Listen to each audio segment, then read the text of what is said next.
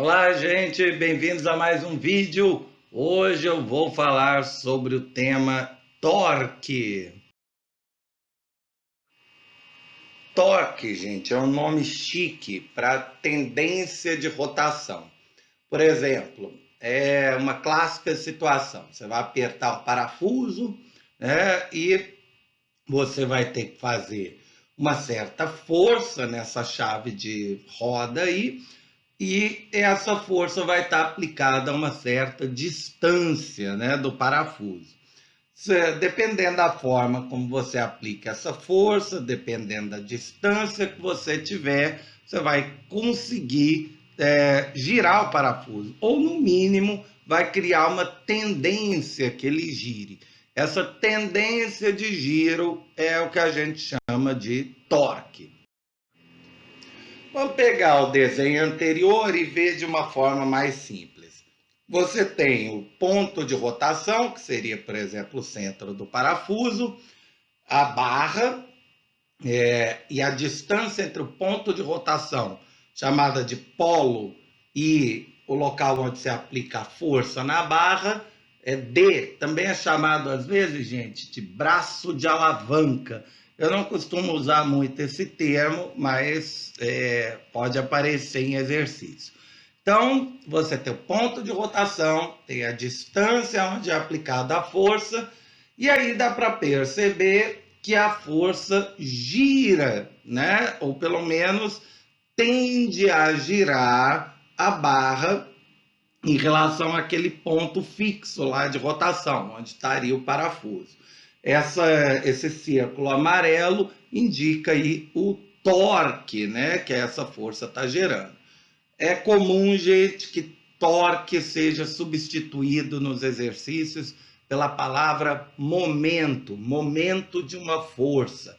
É a mesma coisa. Tanto é que na equação que aparece M igual a FD, M representa o torque.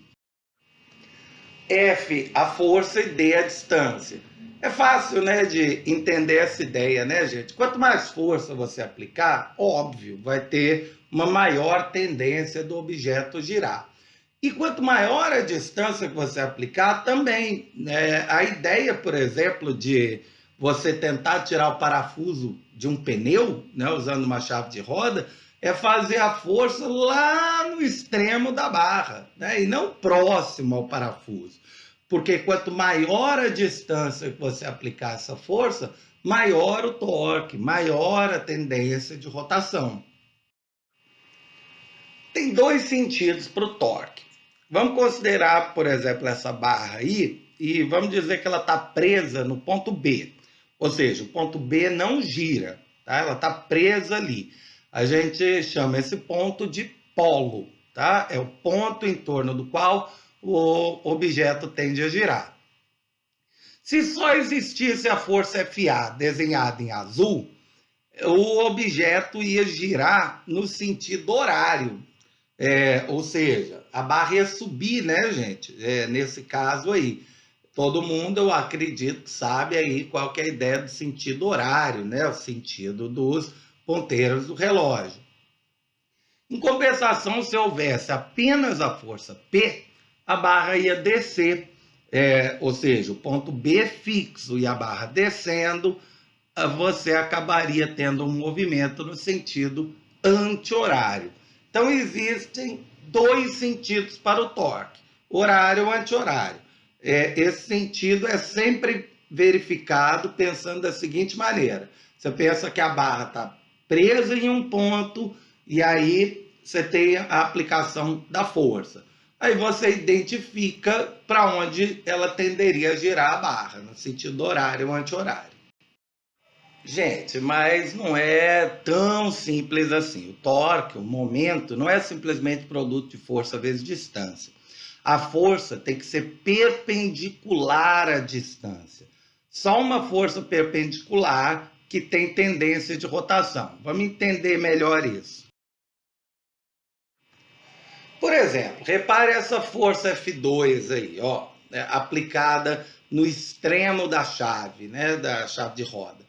essa força não tende a girar o parafuso, né? Apesar dela estar muito distante. Você, na verdade, essa força vai só retirar, né, a chave, aí ela não tem uma tendência de giro.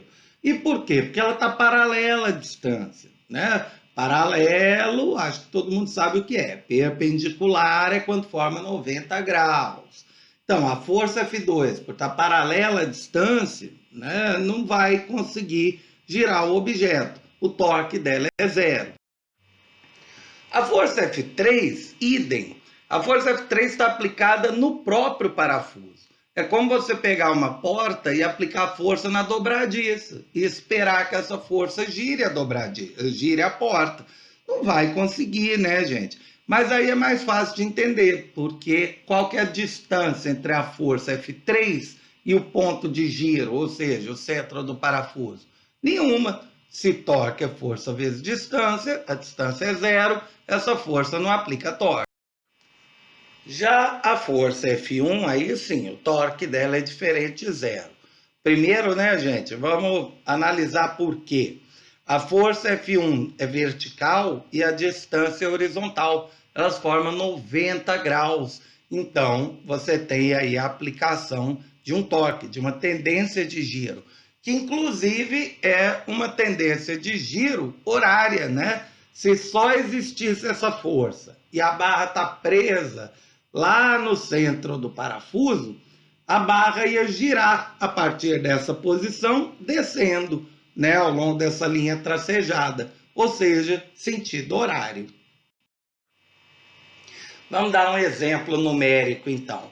Repara, é a mesma situação, né, onde você tem a barra, é uma força de 200 newtons, formando 90 graus com a distância, mas, num caso, ela é aplicada a 0,45 metros e no outro a 0,17. Calcular o torque é facinho, só multiplicar a força vezes distância. A força tem que estar em metros. Oh, desculpa, né, gente? Força em metros foi feio. A força tem que estar em newtons e a distância tem que estar em metros.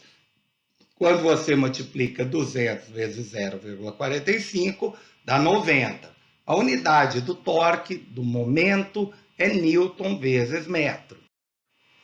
De forma não surpreendente, o torque da outra força seria a mesma coisa, 200 vezes 0,17, 34 newton vezes metro. Ou seja, a mesma força aplicada mais distante aplica um torque maior, ou seja, uma tendência de giro maior. Torque é um conceito importante para o estudo do equilíbrio de um corpo. Normalmente, quando a gente pensa no corpo em equilíbrio, ou seja, parado, na verdade, ele pode estar em movimento retilíneo uniforme também, né, gente?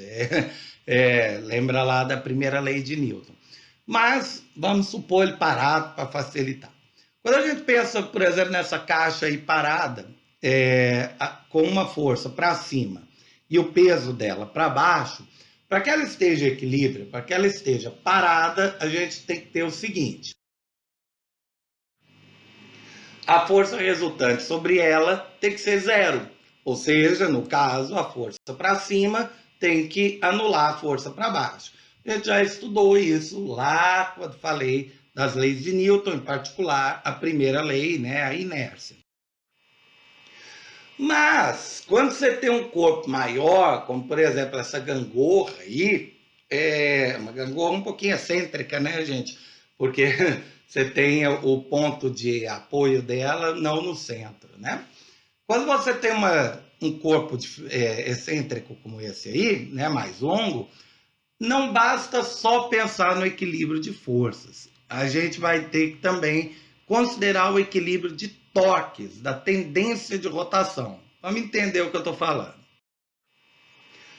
O torque horário e o torque anti-horário tem que se anular. Assim como a força para cima anula a força para baixo, a força para a direita anula a força para a esquerda, a tendência de rotação horária tem que equilibrar a tendência de rotação anti-horária para que o corpo esteja em equilíbrio. De uma outra forma, a gente fala que o torque resultante, o momento resultante, sobre o corpo é nulo.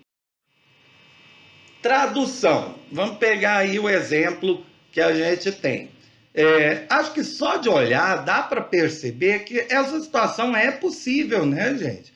Você pode conseguir manter essa barra em equilíbrio aí, tendo um corpo mais pesado de um lado e um corpo mais leve à direita, por exemplo. Por que que isso acontece? Primeiro, vamos estabelecer o polo, o ponto em torno do qual a barra tende a girar. A barra está presa aí nessa cunha, né, nesse triângulo onde ela está apoiada. Então vai ser esse o ponto de giro. A primeira caixa, supondo que ela é bem pesada, né, ela aplica uma força F1, que na verdade, no fundo, a gente pode considerar que é o peso dela. Ela aplica uma força F1 sobre a barra e está a uma distância D1. Essa força está aplicada a uma distância D1 do polo. Se você tivesse apenas esse corpo, a barra à esquerda, né, a parte à esquerda da barra ia descer, ou seja, a barra ia girar no sentido anti-horário. Então, a força F1 aplica um torque anti-horário. Já a força F2, supondo que ela é menor, ela está lá no outro extremo da barra, lá à direita, a uma distância D2. A força F2 é menor, mas repare, a distância é maior, ou seja, é possível conseguir o equilíbrio dos torques. Você, por exemplo, pode ter 100 de força F1, distância D1, 1 metro. E a força F2, 50, distância D2, 2 metros. 100 vezes 1, 50 vezes 2. Né? A multiplicação dá igual. Então, é possível conseguir equilibrar um corpo pesado com um corpo leve se você coloca o leve mais distante do ponto de giro. E claro, se o corpo leve tem uma tendência de rotação oposta. Se só houvesse a força F2, o extremo direito da barra ia descer, ou seja, a barra ia se mover no sentido horário. Então você tem duas tendências de giro opostas que tem que se anular para o corpo ficar em equilíbrio. Haveria ainda uma força, né, gente? A força normal para cima, aí no ponto de apoio. Só que ela tem momento nulo. Por quê? Porque ela está exatamente aplicada no polo. Ela não tende a girar o corpo. Na prática, para facilitar, a gente, quando tem esses problemas de gangorra ou similares, a gente pode colocar que F1D1 é igual a F2D2. Momento anti-horário é igual ao momento horário. Aí fica facinho de calcular. Então, a gente vai ver, inclusive, como é que a gente usa essa equação na última aulinha aí de exercícios, né? Assiste aí o próximo vídeo. Grande abraço a todos!